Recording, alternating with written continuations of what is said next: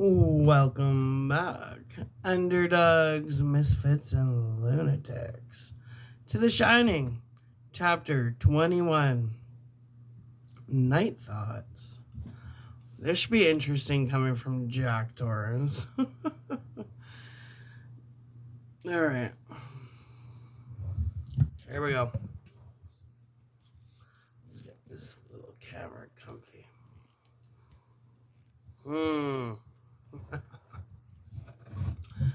Alright.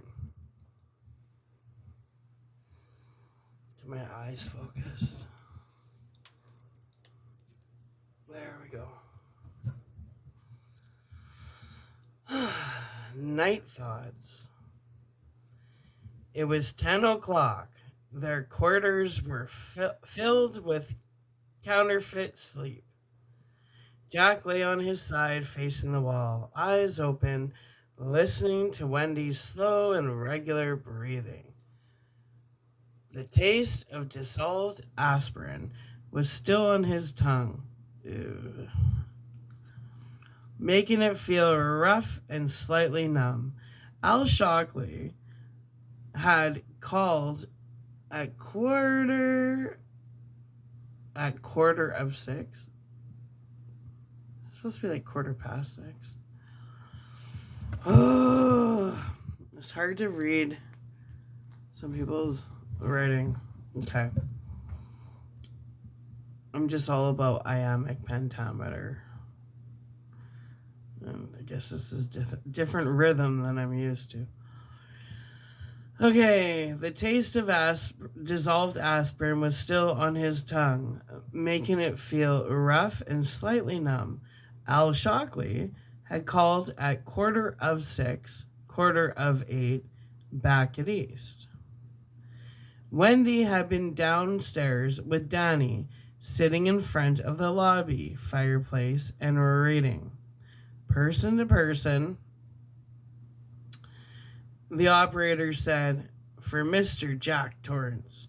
Speaking, he had switched the phone to his right hand, had dug his handkerchief out of his back pocket with his left, and had wiped his tender lips with it. Then he lit a cigarette. Al's voice then, strong in his ear, "Jackie boy, what in the name of God are you up to?" "Hi, Al." He snuffled the He snuffled. He snuffed the cigarette and groped for the Excedrin bottle. "What's going on, Jack? I got this weird phone call from Stuart Allman this afternoon. And when Stu Allman calls long distance out of his own pocket, you know the shit has hit the fan." "Allman has nothing to worry about, Al. Neither do you." "What exactly is the nothing we don't have to worry?" "Do you think this is it?" Wendy asked. Jack shrugged. "I don't know. I was hoping for another week or two of grace. We might still get it." Grace, that was it. "I'm sorry, Al. Grace, your mercy. For your mercy. One more chance." "I'm heartily sorry. I..."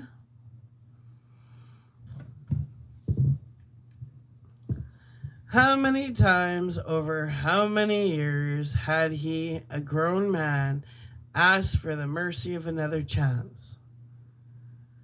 He was suddenly so sick of himself, so revolted, that he could have groaned aloud. "How's your headache?" she asked, studying him closely.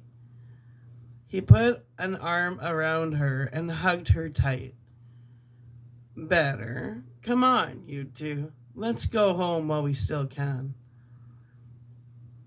They walked back to where the hotel truck was, slant parked against the curb.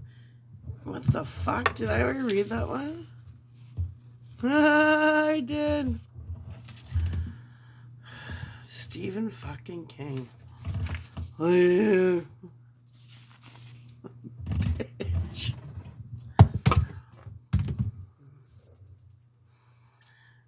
restart. Everything happens for a reason. Okay.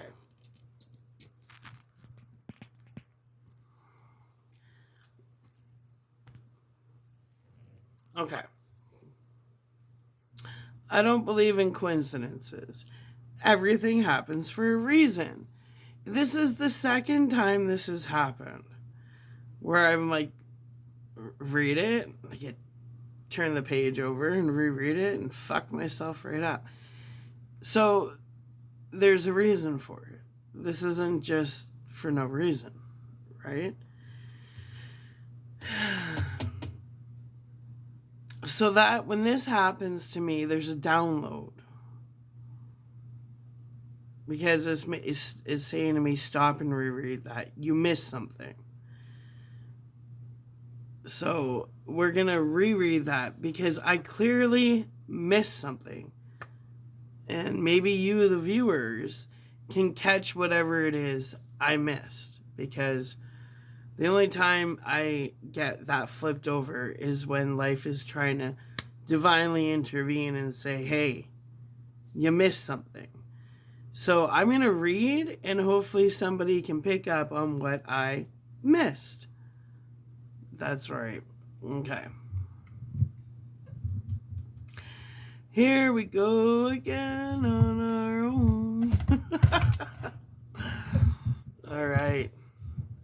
Misfits, Underdogs, and Lunatics. Welcome to The Shining, Chapter 21, Night Thoughts.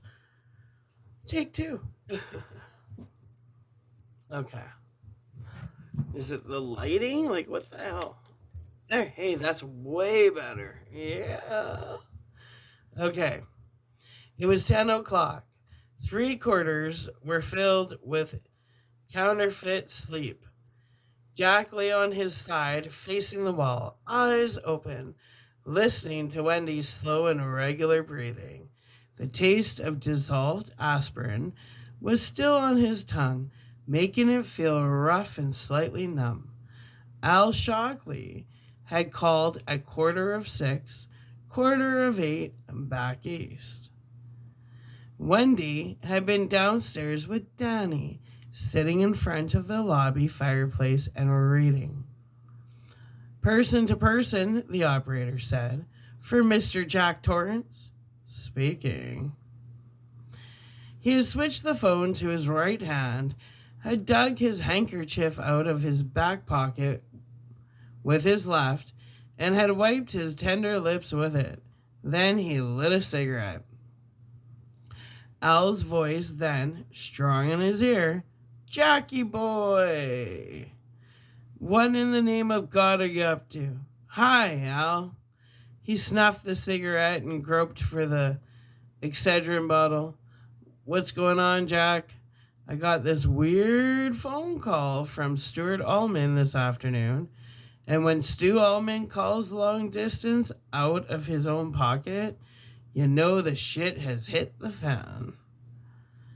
Allman has nothing to worry about, Al. Neither do you. What exactly is the nothing we don't have to worry about? Stu made it sound like a cross between blackmail and a National Enquirer feature on the Outlook. Talk to me, boy. I wanted to poke him a little, Jack said. When I came up here to be interviewed, he had to drag out all my dirty laundry. Drinking problems, lost your last job for rocking over a student, wonder if you're the right man for this, etc. The thing that bugged me was that he was bringing all this up because he loved the goddamn hotel so much. The beautiful Outlook. The traditional Outlook. The bloody sacred Outlook. Well, I found a scrapbook in the basement. Somebody had put together all the last savory aspects of Allman's Cathedral. and it looked to me like a little black mess had been going on after hours. I hope that's metaphorical, Jack. Al's voice sounded frighteningly cold. It is, but I did find out. I know the hotel's history. Jack ran a hand through his hair, so I called him up and poked him with it. I admit it wasn't very bright, and I sure wouldn't do it again. End of story. Sue says you're planning to do a little dirty laundry airing yourself. Stu is an asshole. He barked into the phone. I told him I had an idea of writing about the Overlook. Yes, I do. I think this place forms an index of the whole post-World War II American character. That sounds like an inflated claim, stated so boldly. I know it does, but it's all here. It's all here, Al. My God, it could be a great book, but it's far in the future. I can promise you that. I've got more on my plate right now than I can eat. And Jack, that's not good enough. He found himself gapping at the black receiver of the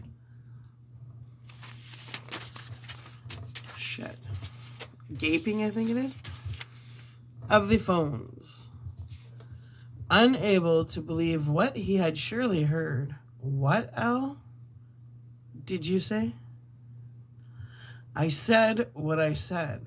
How long is far in the future, Jack? For it may be 2 years, maybe 5.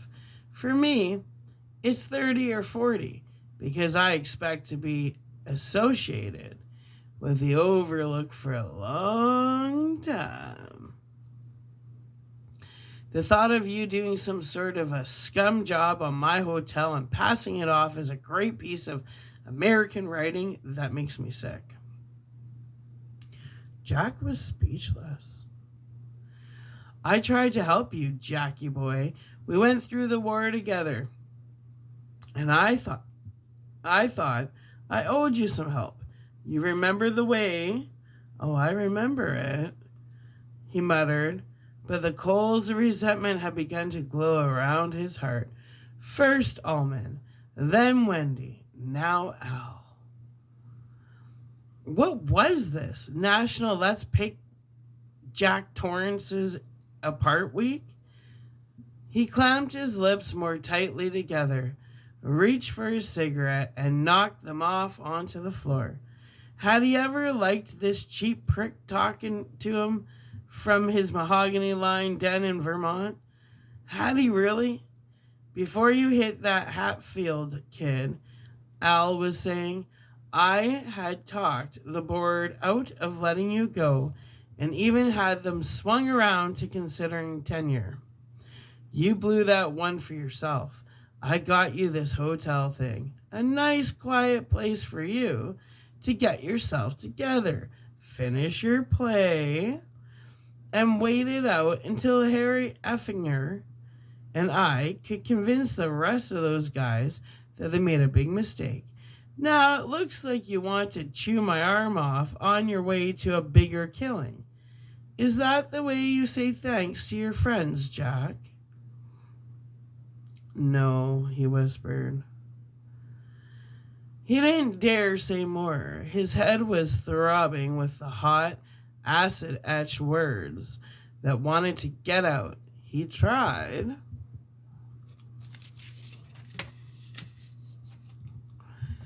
Desperately to think of Danny and Wendy depending on him.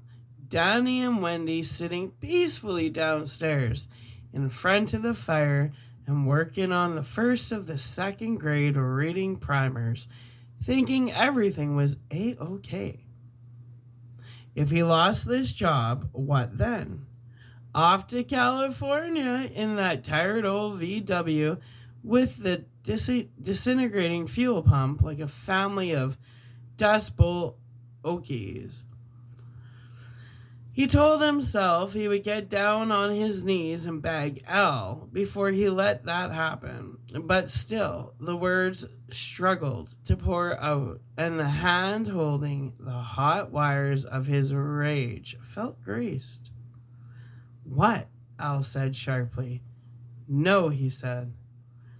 That is not the way I treat my friends, and you know it. How do I know it? At the worst, you're planning to smear my hotel by digging up bodies that were decently buried years ago. At the best, you call up my temperamental but extremely competent hotel manager and work him into a frenzy as part of some stupid kid's game. It was more than a game, Al. It's easier for you. You don't have to take some rich friend's charity. You don't need a friend in court because you are the court. The fact that you are one step from a brown bag lush goes pretty much unmentioned, doesn't it? I suppose it does, Al said. His voice had dropped a notch and he sounded tired of the whole thing. But Jack, I can't help that. I can't change that. I know, Jack said emptily. Am I fired? I guess you better tell me if I am. Not if you'll do two things for me. All right. Hadn't you better hear the conditions before you accept them?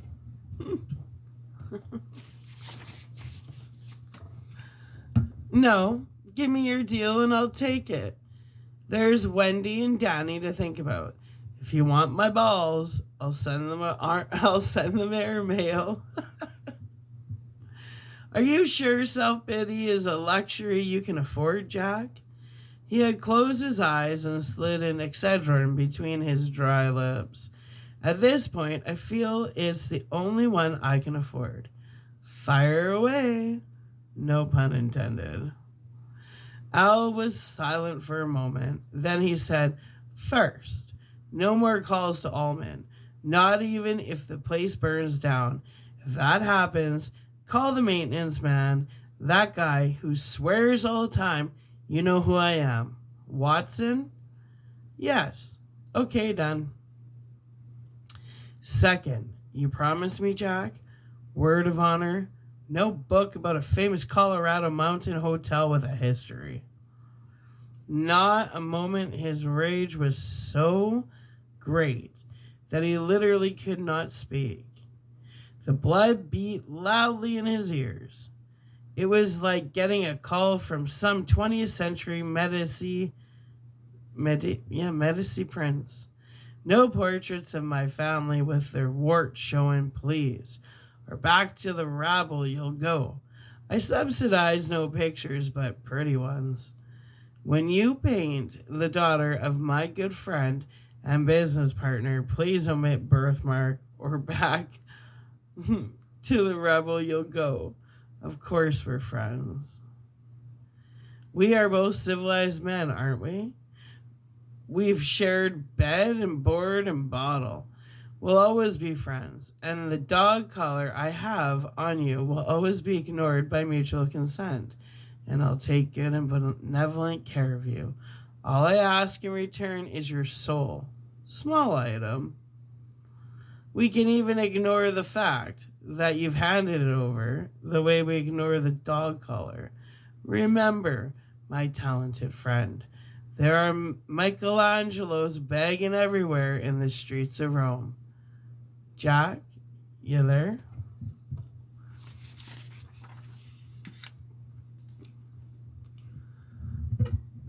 He made a strangled noise that was intended to be the word yes. Al's voice was firm and very sure of itself. I really don't think I'm asking too much, Jack.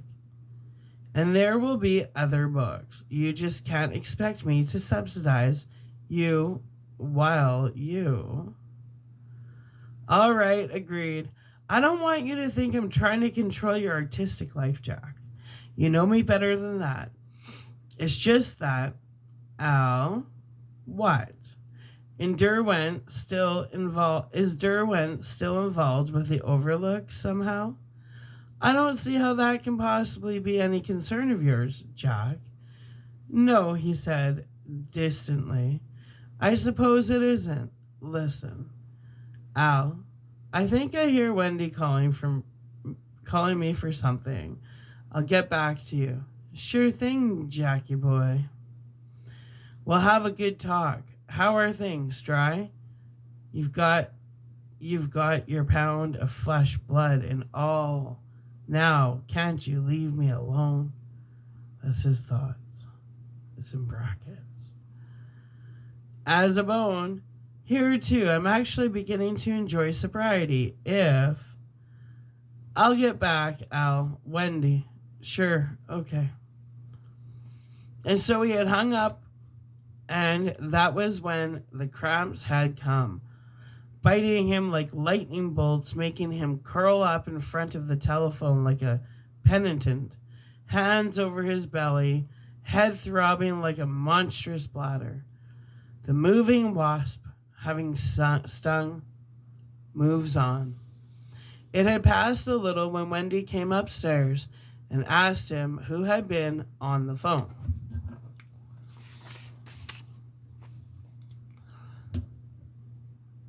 Al, he said.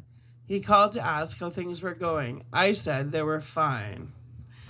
Fine stands for fucked up, insecure, neurotic, and emotional. Fine. Jack, you look terrible. Are you sick? Headache's back. I'm going to bed early. No sense trying to write. Can I get you some more milk? He smiled wanly. That would be nice. And now he lay beside her, feeling her warm and sleeping thigh against his own. Thinking of the conversation with Al, how he had groveled, still made him hot and cold by turns. Someday there would be a reckoning. Someday there would be a book. Not the soft and thoughtful thing he had first considered, but a gem-hard work of research. Photo section and all, and he would pull apart the entire Overlook history. Nasty, incestuous ownership deals and all. He would spread it all out for the reader like a dissected crayfish. And if Al Shockley had connections with the Derwent Empire, then God help him. Strung up like piano wire, he lay staring into the dark, knowing it might be hours yet before he could sleep. Wendy Torrance lay on her back, eyes closed, listening to the sound of her husband's slumber. The long inhale, the brief hold, the slightly guttural exhale. Where did he go when he slept, she wondered. To some amusement park, a great Barrington of dreams, where all the riders were free and there was no mother along to tell them they'd had enough hot dogs, or that they'd better be going if they wanted to get home by dark. Or was it some fathoms deep bar where the drinking never stopped and the bat wings were always propped open and all the old companions were gathered around the electronic hockey game, glasses in hand, Al Shockley prominent among them with his tie loosened and the top button of his shirt undone, a place where both she and Danny were excluded, and the boogie went on endlessly. Wendy was worried about him, the old helpless worry that she had hoped was behind her forever in Vermont, as if worry could somehow not cross state lines, right? She didn't like what the Overlook seemed to be doing to Jack and Danny. So she was feeling this darkness, right? Going through her family. Okay. Hmm. The most frightening thing, vaporous and unmentioned, perhaps unmentionable, was that all of Jack's drinking symptoms had come back, one by one. All but the drink itself. The constant wiping of his lips with hand or handkerchief, as if to rid them of excess moisture. Long long pauses at the typewriter, more balls of paper in the wastebasket. Tonight, after Al had called him, but no water glass, he had been chewing them again. He got irritated over little things. He would unconsciously start snapping his fingers in a nervous rhythm when things got too quiet. Increased profanity. She had begun to worry about his temper, too. Jack's temper. He's slowly digressing. He's slowly getting possessed. That's what's happening. It would almost come as a relief if he would lose it, blow off steam, in much the same way that he went down to the basement first thing in the morning and last thing at night to dump the press on the boiler. It would almost be good to see him curse and kick a chair across the room or slam a door. But those things, always an integral part of his temperament, had almost wholly ceased. Yet she had the feeling that Jack was more and more often angry with her and Danny, but was refusing to let it out. The boiler had a pressure gauge, old, cracked, clotted with grease, but still workable. Jack had none. She had never been able to read him very well. Danny could, but Danny wasn't talking. Interesting.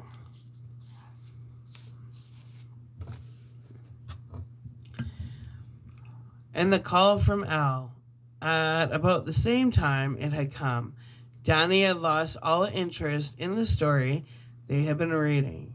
He left her to sit by the fire and crossed to the main desk where Jack had constructed a roadway for his matchbox cars and trucks. The violet Volkswagen was there, and Danny had begun to push it rapidly back and forth, pretending to read her own book but actually looking at Danny over the top of it. She had seen an odd amalgam of the ways she and Jack expressed anxiety, the wiping of the lips, running both hands nervously through the air, as she had done while waiting for Jack to come home from his round of bars. She couldn't believe Al had called just to ask how things were going. If you wanted to shoot the bull, you called Al. When Al called you, that was business. Later, when she had come back downstairs, she had found Danny curled up by the fire again, reading the second grade primer adventures of Joe and Rachel at the circus with their daddy in complete absorbed attention. The fidgety distraction had completely disappeared. Watching him, she had been struck again by the eerie certainty that Danny knew more and understood more than there was room for in Dr. Just call me Bill. Edmund's philosophy. Hey, time for bed, Doc, she said. Yeah, okay. He marked his place in the book and stood up. Wash up and brush your teeth. Okay. Don't forget to use the floss. I won't. They stood side by side for a moment, watching the wax and wane of the coals of the fire. Most of the lobby was chilly and draughty, but this circle around the fireplace was magically warm and hard to leave.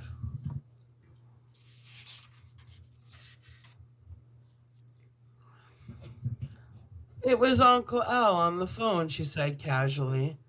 Oh, yeah. totally unsurprised. I wonder if Uncle Al was mad at Daddy, she said, still casually. Yeah, he sure was, Danny said, still watching the fire. He didn't want Danny to write the book. What book, Danny? About the hotel. The question framed on her lips was one she and Jack had asked Danny 1,000 times. How do you know that? She hadn't asked him. She didn't want to upset him before bed or make him aware that they were casually discussing his knowledge of things he had no way of knowing at all. And he did know. She was convinced of that. Dr. Edmonds' patter about inductive reasoning and subconscious logic was just that. Patter. Her sister, how had Danny known she was thinking about Aileen in the waiting room that day? And I dreamed Daddy had an accident. She's hearing that in her head of what Danny had said to her previously. She shook her head as if to clear it. Oh, wash up, Doc. Okay. He ran up the stairs towards their quarters.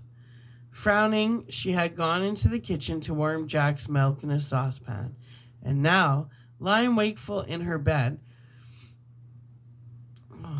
yawning, and listening to her husband's breathing, and the wind outside miraculously. They'd had only another flurry that afternoon, still no heavy snow. She let her mind turn fully to her lovely, troubling son.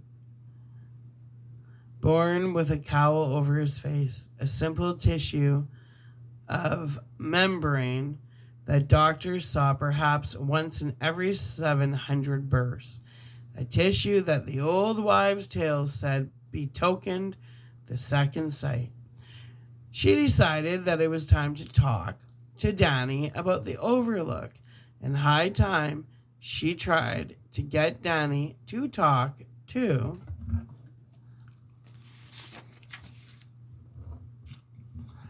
her tomorrow for sure.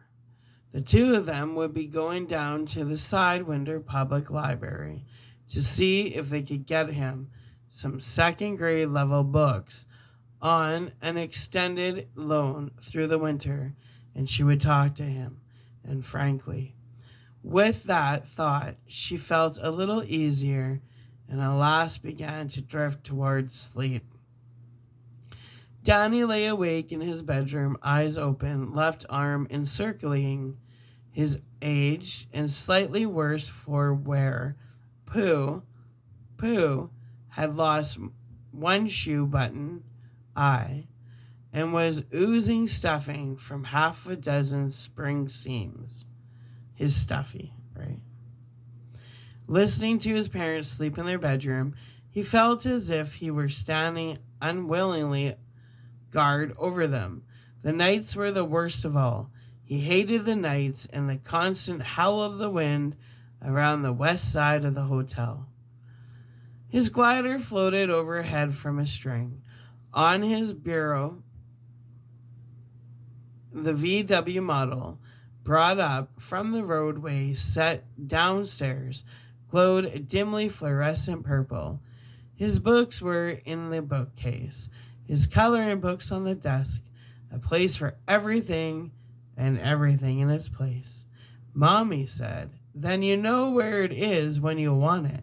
But now things had been misplaced. Things were missing. Worse still, things had been added. Things you couldn't quite see. Like in one of those pictures that said, can you see the Indians? And if you strained and squinted, you could see some of them. The thing you had taken for a cactus at first glance was really a brave with a knife clamped in his teeth, and there were others hiding in the rocks, and you could even see one of their evil, merciless faces peering through the spokes of a covered wagon wheel, but you could never see all of them. And that was what made you uneasy, because it was the ones you couldn't see that would sneak up behind you, a tomahawk in one hand and a scalping knife in the other. I remember I was probably 15-ish, but my cousin Brian and Mary, it was I love this house. It was in Mill Woods, and it had a nice tall ceilings, and I liked the house. Well, anyways, I remember Mary getting this picture, like these horses, the exact thing that was just described, where I'm like, whoa. Because I remember she was like, Sarah, look at this picture. And from a distance, it looked like one thing, and the closer you got, and it was horses. And then the closer you got up, the horses made other little pictures. So it's really weird because the description here is exactly the picture I remember seeing on Mary's wall in that old house in the woods. Well, anyways, he shifted uneasily in his bed, his eyes searching out the comforting glow of the night light. Things were worse here. He knew that much for sure. At first, they hadn't been so bad, but little by little, his daddy thought about drinking a lot more. Sometimes he was angry at Mommy and didn't know why. He went around wiping his lips with his handkerchief, and his eyes were far away and cloudy. Mommy was worried about him and Danny too. He didn't have to shine into her to know that.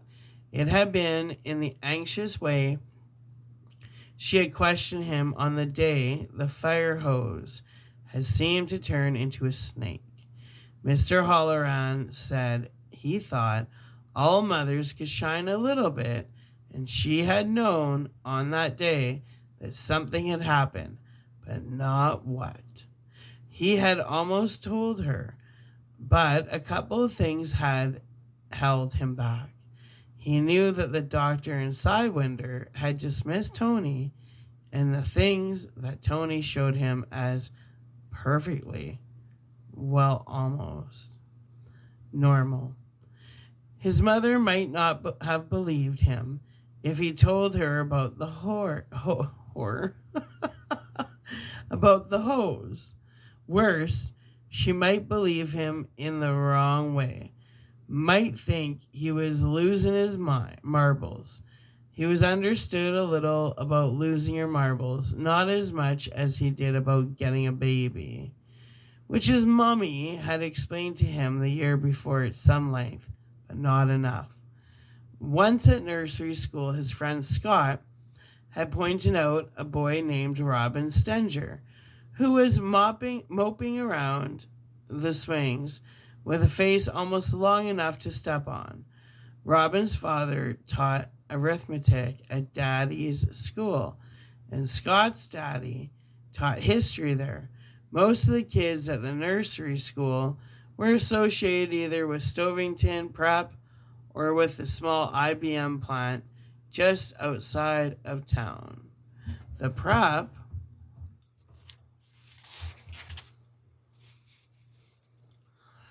kids chum in one group,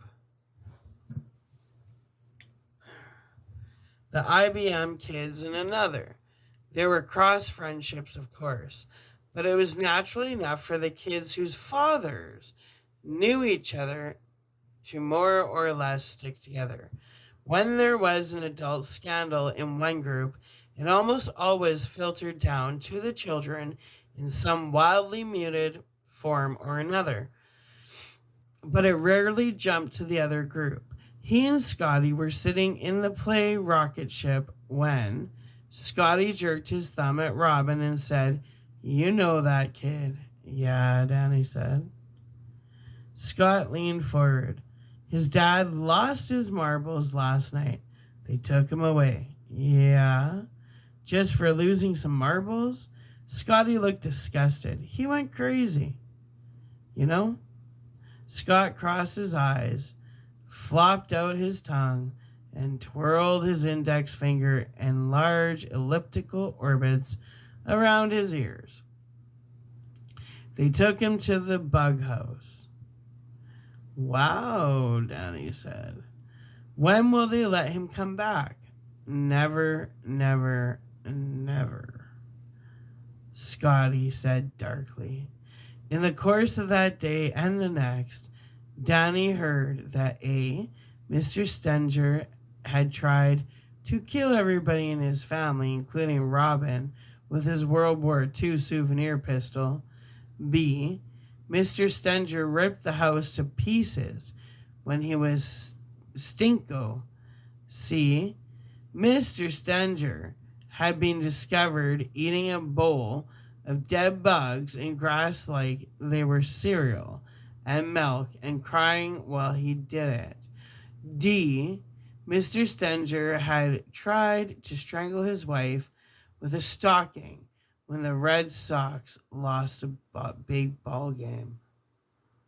Fuck. Loose cannon. Finally, too troubled to keep it to myself, he had asked Daddy about Mr. Stenger. His daddy had taken him on his lap and had explained that Mr. Stenger had been under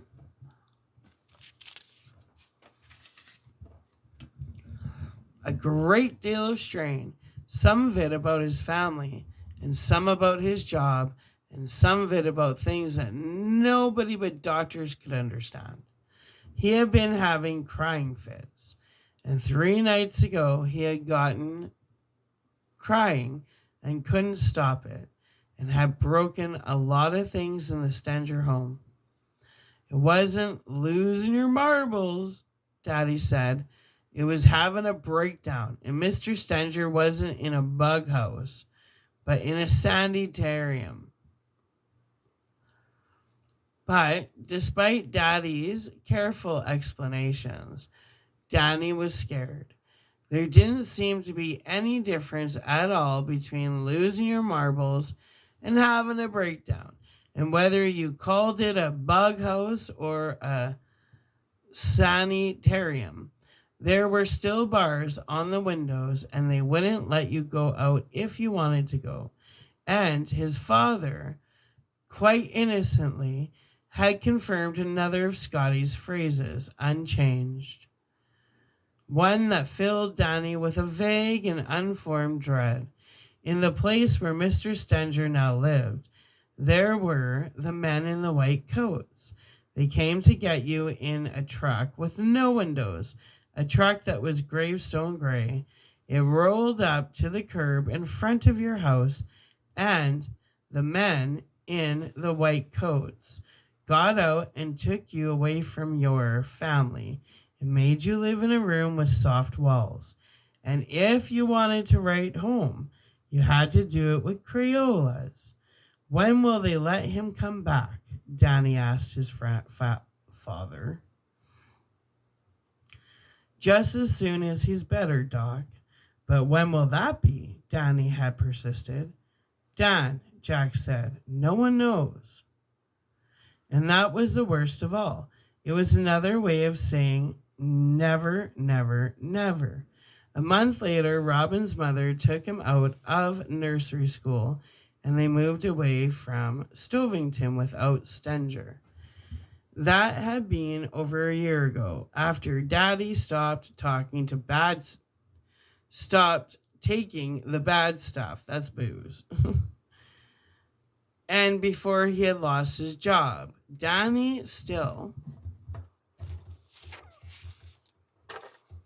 a long chapter, thought about it often. Sometimes when he fell down or bumped his head or had a bellyache, he began to cry and the memory would flash over him, accompanied by the fear that he would not be able to stop crying, that he would just go on, weeping and wailing until his daddy went to the phone, dialed it and said, "Hello?"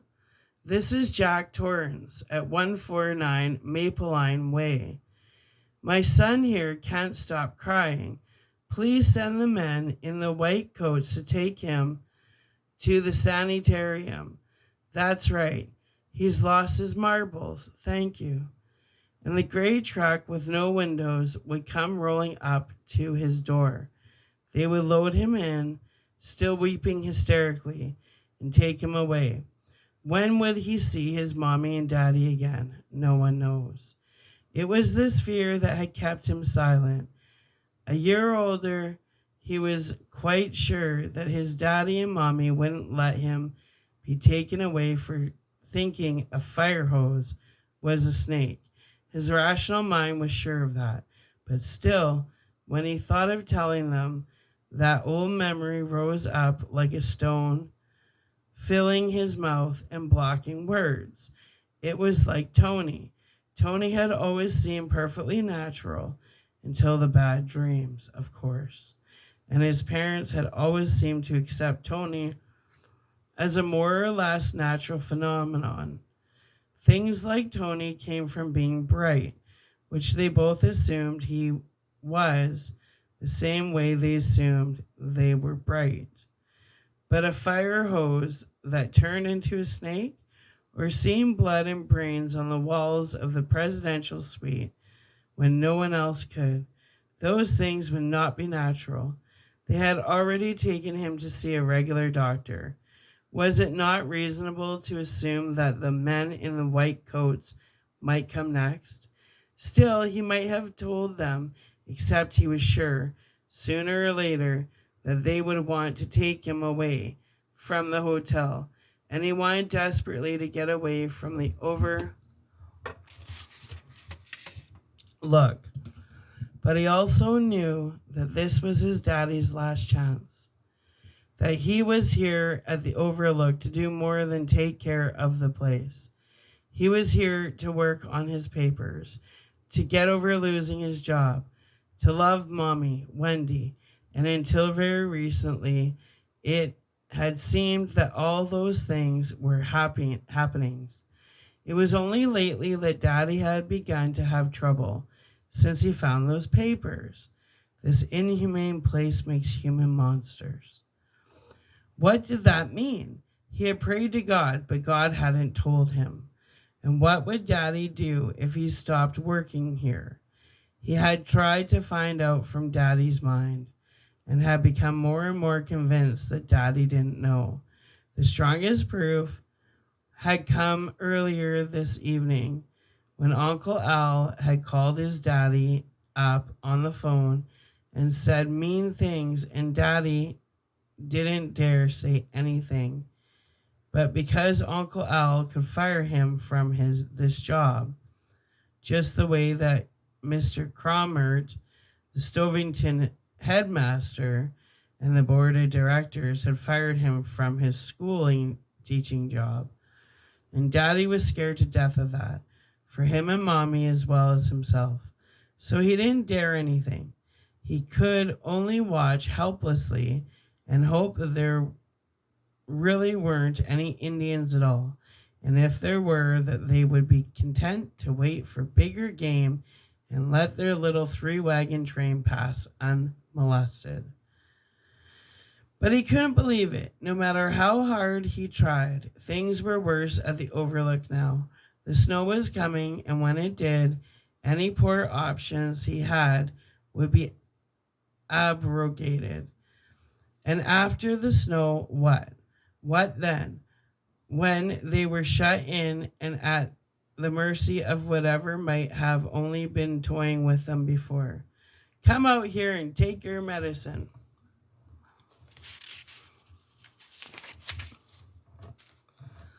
What then? Red rum. He shivered in his bed and turned over again. He could read more now. Tomorrow maybe he would try to call Tony. He would try to make Tony show him exactly what red rum was, and if there was any way he could prevent it, he would have risked the nightmares. He had to know. Danny was still awake long after his parents' false false sleep had become the real thing. He rolled in his bed, twisting the sheets, grappling with a problem years too big for him, awake in the night like a single sentinel on picket. And sometime after midnight, he slept too, and then only the wind was awake, prying at the hotel and hooting in its gables under the bright gimlet gaze of the stars. Okay, so it was really hard to read because I started having a bunch of flashbacks that I feel like I need to share. I was trying to stay focused, but it was like I had two programs going on at once. I was reading, and then I had these flashbacks, and I'm going to share them. So the one flashback, I know we lived in Millwoods till I was 3, I believe. But I keep having this flashback of our kitchen. And it was a smaller kitchen, and there was like a deck. I can still see it. But anyways, to the right side of the sink, there was one of those kitchen witches hanging, like back in the 80s. My mom had a kitchen witch hanging, and I can see it because I used to stare at it all the time. And then I remember, so it jumps from that to watching my dad get poisoned. Like, I was probably 2, but I remember they had people over, and my dad there was a bar in the basement, and my dad, somebody put something in his drink, and he kept puking and puking and puking in the drain.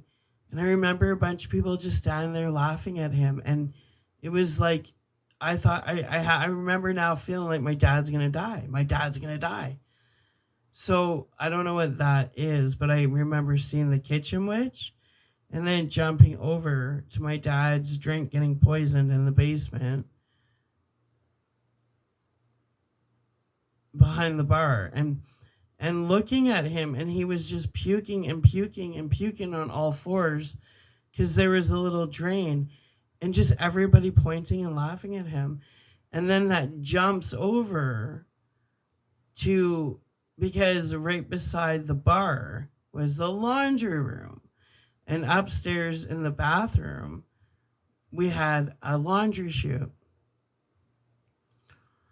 And I remember my sister always putting me in the laundry chute and falling down and hitting my head all the time on the washer, like all the time. I remember her throwing me down the laundry chute all the time. I mean, we were kids, right? But then that jumps over, which I haven't spoken to my sister in years, but I don't think she really understands how much danger we've been in, because she's been in just as much danger.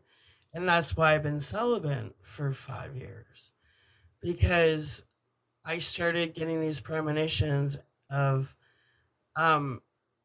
just all these weird things were happening. I was getting poisoned all the time. The doctors, I mean, I've been diagnosed with so much stuff, and then it just went away. Like, I remember I would have heartburn so bad, which is funny, because ever since I've stayed single and I don't get takeout, like I make coffee at home and stuff, and people aren't bringing me coffee, I don't have heartburn anymore. And I'm like, I was slowly getting poisoned. But I remember going to the doctors because the heartburn was so bad. And they said, you have a corrosion on your esophagus.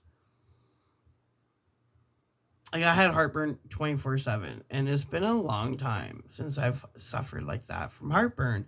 But the heartburn stopped when I stopped accepting food and drinks from people. And that keeps making me think of my dad getting poisoned. But I remember my dad getting poisoned in the basement at a party in Mo Woods. And I thought he was going to die. And everybody just standing there laughing, like nobody getting him water, just laughing and pointing at him. And I can't forget that because that's a flashback that comes back. It's come back over, a few times over the years. And being thrown down, Chelsea throwing me down a laundry chute, oh, that's came back lots. But if I were to say something to my sister, it would be like, I wasn't trying to offend you, Chelsea. But what you don't understand that I did find out is I don't know who's been orchestrating our lives. It's not just me. It's been happening to you too. Is they've been selling us off as healers and making a profit. So we think these men are coming into our lives randomly. It's not true. And I was told this by one of the guys, that somebody in the family or somebody, I don't know, has this secret business of selling us off as healers. So unbeknownst to us, people that have stuff like herpes and AIDS and health issues, they've been paying somebody to come into our lives. So when they sleep with us, they get healing from us. And they don't care if they give us diseases or anything like that. So, that's why I'm celibate, because there's life insurance policies out on us. So this is like some underground business that I found out about. Yeah. And the reason why I know it sounds like I've been brutal with saying the stuff I've said, like, oh, she's bipolar schizophrenic. I've only been saying that to keep the men away from you, to help you. And I know you may not believe me, but I'm trying to save you, because these guys don't care about us. They never did. It's a business transaction. We've literally been sex trafficked and had no clue about it. That's why the guys we've been with treat us like shit. That's why all the guys we've been with, all of a sudden we find out they either have a girlfriend or, they say their relationships are complicated. No. Somebody's been making money off us. We've been business transactions. I don't know who it is, nor do I care. But if I tell people that, because being healers, you don't get STDs. So if I tell people stuff like that, then they'll stay the fuck away from you and me. And I know you didn't know what was going on, but there's a lot more you don't know. Okay? Your life is just as orchestrated as my life. So going around and talking about being divine feminines and healers and shit is best to say celibate. Because, that's apparently people are paying high price to be in our presence. So you can be mad at me all you want. I'm just trying to help you. And that's why I'm totally celibate and single. And I feel free. Because I remember saying to people, like, why do I always feel like, people weren't excited to bring me around their family, or, I always felt like the other person, and it made no sense. Until I found out that people are being paid to be our handlers. And there were these secret business transactions going on behind our back. So nobody we dated was random. It was all arranged to heal their gross issues. So I do love you, but I'm trying to help you. We've become the fucking joke.